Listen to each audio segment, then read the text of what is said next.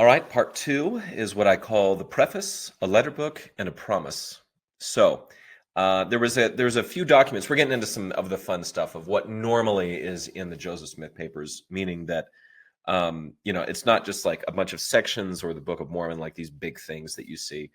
Now we're starting to fill it out. Now there's letter books, there's journals, there's other documents to look at. We're going to look at those right now. So what we get is something called the preface to the Book of Mormon. This is not the title page. This is not a witnesses page. This is a preface to the Book of Mormon. And I would say that this custom of publication is carried on to this day. So you have, you have an explanatory introduction to the plates. You have an introduction into what the Book of Mormon actually is. This is for people who are maybe looking into the church, reading the Book of Mormon for the first time and explaining what it is. In 1830, it was a lot more fighting words. So this is a lot about, hey, there was 116 pages. Somebody stole them. It was the Book of Lehi. We're not publishing them again. And actually, Joseph Smith even quotes part of the revelation that said, these people are doing this for bad reasons. Do not retranslate these scriptures. So that's what we get. And it falls in Documents Volume 1, in the chronology of the papers, in between Section 19 and the rest of what we get in the early Doctrine and Covenants. So the historical introduction that we get, and the earliest copy that we find of this, by the way, is in the first Book of Mormon edition. This is 1830, so we don't have a handwritten edition of this or anything like that. Historical introduction says, included as part of the first 16-page gathering of the Book of Mormon, the preface is thus Joseph Smith's first autobiographical account to appear in print. Kind of fun. As well as the first publication of any portion of his revelations. So the quotation of the revelations that we're talking about here inside of the preface is, and being commanded of the Lord that I should not translate the same over again, for Satan had put it into their hearts to tempt the Lord their God by altering the words, etc., etc., etc. So that is the revelation that Joseph had already received. So if you want to know the very first publication of a history of the church, the very first publication of any kind of revelation outside of the Bible or the Book of Mormon is here in the preface. So it's an important step. And basically, that's what it is. You can read that. The reason why I say this is the first is because that portion of the original manuscript of the Book of Mormon is now lost to us. So the earliest possible edition is in the 1830 Book of Mormon. After that, and I'm going to burn through these. These are, not necessarily why we're here, but after that, we start getting into the letter book of Joseph Smith. So here you have the letter book, which actually includes a couple of things. So these are dated in the summer of 1832. And so the reason in previous episodes, I've been explaining, hey, this is Joseph Smith's own hand writing his own history in 1832. The draft 2, draft 1, draft 3, the manuscript history of the church is 1838. So this is a very early history of the church. And so that history that we're describing is the front portion of the letter book that we're reading.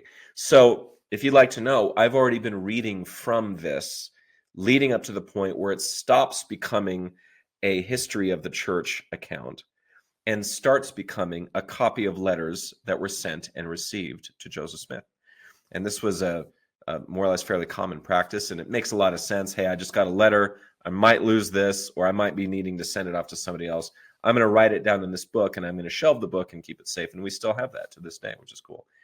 So we get Frederick G. Williams' handwriting and Joseph Smith's own handwriting doing the history. And then when it becomes a letter book, it actually, so that history that he wrote, by the way, ends with basically Oliver Cowdery, in the storyline anyway, Oliver Cowdery wanting to be a scribe. We get a couple of things from this, which is fun. So in documents, they put them in at the time that the letter would have been received. So if you read the letter book, things are not in chronological order. And so for the sake of what the Joseph Smith papers have done, what we get right after Section 19 is the preface to the Book of Mormon. And then after that, we get what's called letter number 6. And It was given, or originally written, I should say, in October 22nd of 1829. It is a letter to Oliver Cowdery. So Frederick G. Williams is the one that's actually writing and copying this letter into this letter book. But the original letter would have been in 1829. And what was interesting is this is actually a letter to them saying that Josiah Stoll wanted to buy copies of the Book of Mormon and to sell Joseph Smith a horse. And also, there's a lot of these letters are just like, hey, we're checking in on the family. How are they doing? Or, hey, we're in good health, or somebody is sick, or the weather is good and traveling has been great. And, they met us well and hailed us as friends and all this kind of stuff. So that is the first letter that we get. The next letter that we get is letter number 4. This comes in the 6th of November, 1829. And it's a letter from Oliver Cowdery, but what's fun about this is that it's written in Joseph Smith's own hand. And this is one of the rare things that we get, where we get a full document of just Joseph Smith's handwriting. And a lot of that's really rare. After this, it's almost all scribes. So anyway, what was interesting about this particular letter, it is the first time that I know of that we actually hear about somebody named Thomas B. Marsh. Now, this Thomas B. Marsh later becomes one of the original apostles. He's actually a seniority over Brigham Young. So in that case, he was older. What's funny about that is that it's not like it is today. We don't have a lot of standardized things. So there was a debate about who was older because they didn't really know when it happened. Obviously, that we're not synchronizing clocks around the country, and there's no standardized paperwork for these things. So there was a debate over who was the older person, but the original seniority of the 12 apostles just had to do with who was the oldest guy. So that went to Thomas B. Marsh. So he actually sort of was the superior officer, if you will, to Brigham Young in the Quorum of the 12. He actually later leaves the church over a local dispute. And I don't know if we're going to really necessarily get into this, but there was a debate or a sort of a conflict between his wife and somebody else's about a saucer of cream and the strippings of those cream. And they were supposed to share portions of what this cow produced. And Sister Marsh felt like she was done wrong. Thomas B. Marsh came to her aid. It made it all the way to the first presidency. Nobody could resolve it, so Thomas B. Marsh left the church.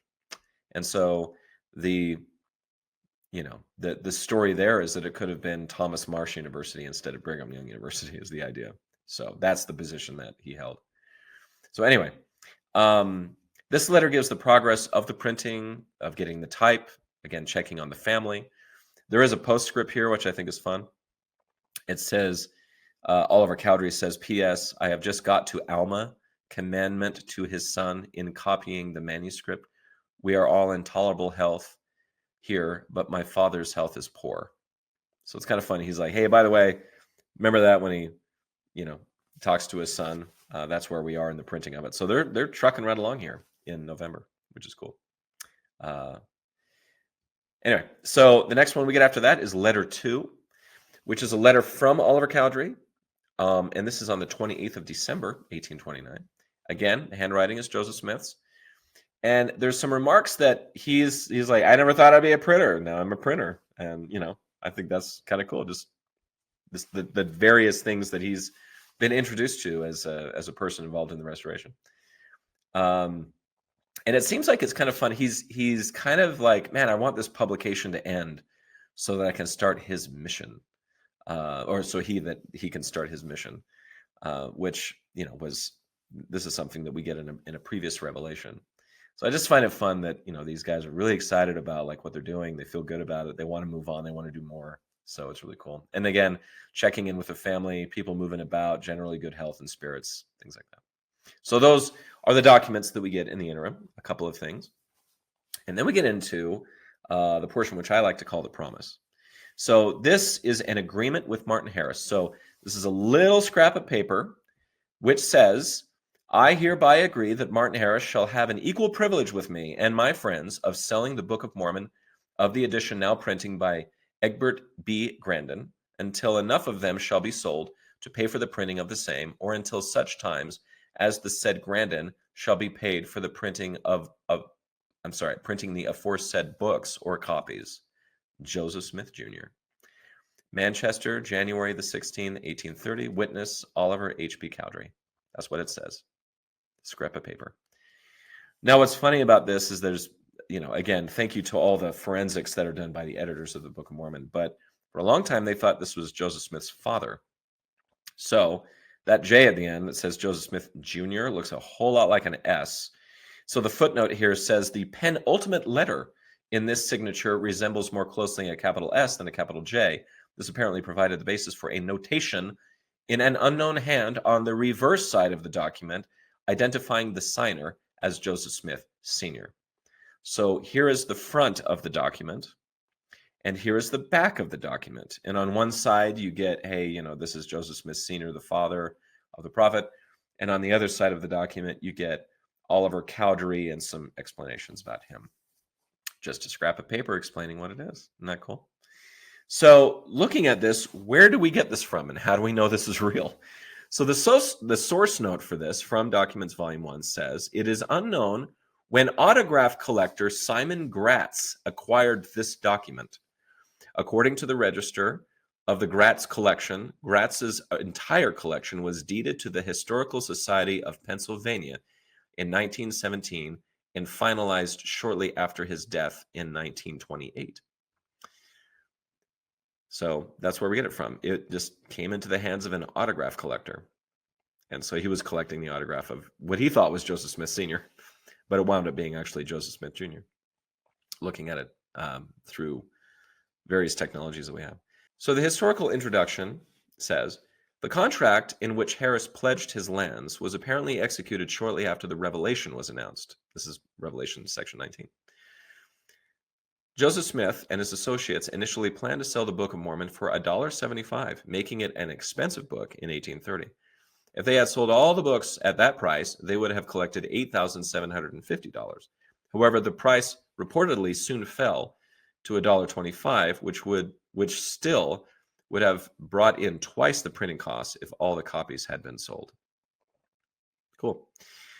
The historical introduction continues. Joseph Smith likely signed this agreement with Harris during a brief visit Joseph Smith made to Palmyra to settle a copyright dispute with Abner Cole. The agreement gave Harris equal privilege to sell copies of the Book of Mormon until he had been reimbursed for the value of his property mortgage to Grandin. So we've talked about that before, that he's going to try to get his money back, which is very interesting. So Martin Harris was very, very vehement on getting this thing sold.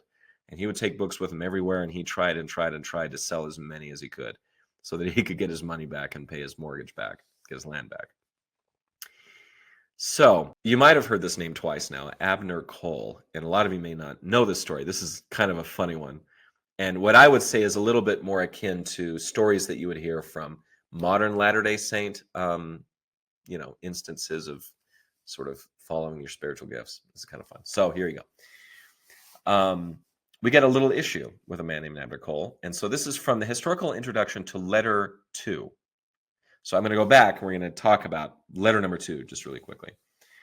Hiram Smith and Oliver Cowdery encountered difficulties with Abner Cole, editor of a local Palmyra, New York newspaper, The Reflector. In December of 1829, Cole announced to his readers his intention to begin publishing extracts from the Book of Mormon. And in January, he began circulating portions of the still unpublished book without Joseph Smith's permission. Cole produced his paper on, quote, nights and Sundays at E.B. Grandin's printing office in Palmyra, which gave him access to the pages of the Book of Mormon being printed there. It seems unlikely, however, that Cole's announced intention to print parts of the Book of Mormon prompted Joseph Smith Sr.'s decision to go, as the letter puts it, directly to Joseph Smith's home in Harmony. There is no evidence that Cowdery or Smiths knew of the announcement, and the Reflector did not actually publish extracts from the Book of Mormon until the 2nd of January, 1830 issue. Lucy Mack Smith's account of the Reflector affair, while providing no dates, explains that Hiram Smith and Oliver Cowdery were unaware of Cole's intentions when they went to the printing office on a certain Sunday after Hiram had a feeling of uneasiness.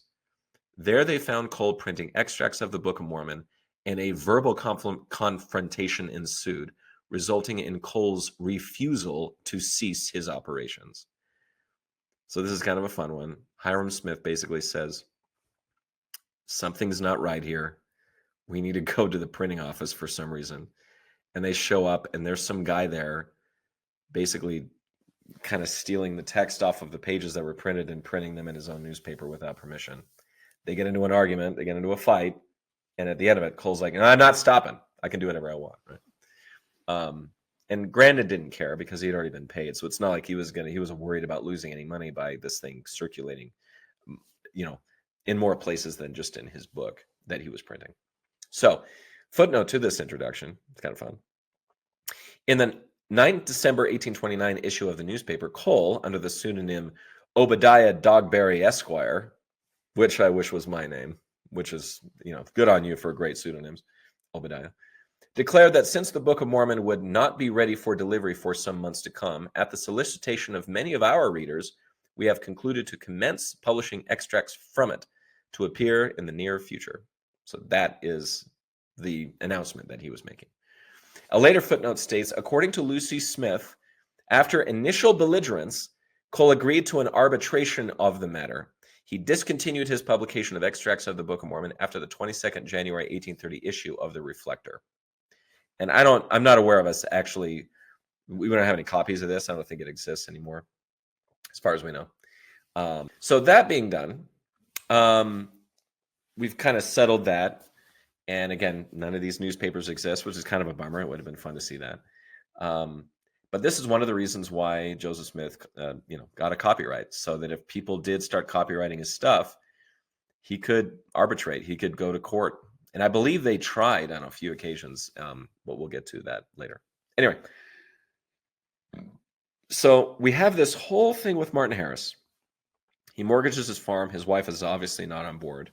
They later separate, by the way. And all these things are going on. Whatever happened with this? Did Martin Harris lose his shirt? Did he lose his land? Did he lose anything else? He lost his wife. So what do we get? Well, here's from the historical introduction, again, of this piece of paper. It says, his efforts to sell the books continued even after he, Martin Harris, moved to Ohio in the spring of 1831, when his property was sold. If a later report is correct, Harris eventually recovered the money he had paid for the printing of the Book of Mormon. In 1853, he reportedly stated, quote, "I never lost 1 cent. Mr. Smith paid me all that I advanced and more too," unquote. So this has never really been stated, but it looks like in the midst of the mortgage that he was in, he decided to move locations. And so that's where, in the previous part of this episode, they talked about how much the land was sold for and all that kind of stuff. But apparently this money, this agreement that they signed, this scrap of paper that we still have with Joseph's signature on it, that Joseph made it right. And that is something that I have seen a lot in the Joseph Smith papers. There's a lot of money loaned and a lot of money paid back. It's just the way that they did it. Their terms were a lot shorter maybe than they are today. It's not like he had a 30-year mortgage, which is the custom in our time. But anyway, I just thought it was interesting that according to Martin Harris, he did actually get his money back from the printing of the Book of Mormon. So that's part 3, the promise. And a couple of other things. Now, I'm giving an entire part here next to a revelation that was actually never published. So I hope you enjoy this. And forgive me in advance, just because I know some of you listen to the audio only. And it's going to be, I kind of doubt that you're maybe going to go look these up. I will be reading the entire thing out loud. So if that's too long, I apologize in advance, just something I'm playing with. But so part 4, our next part will be a revelation not published. Stay tuned.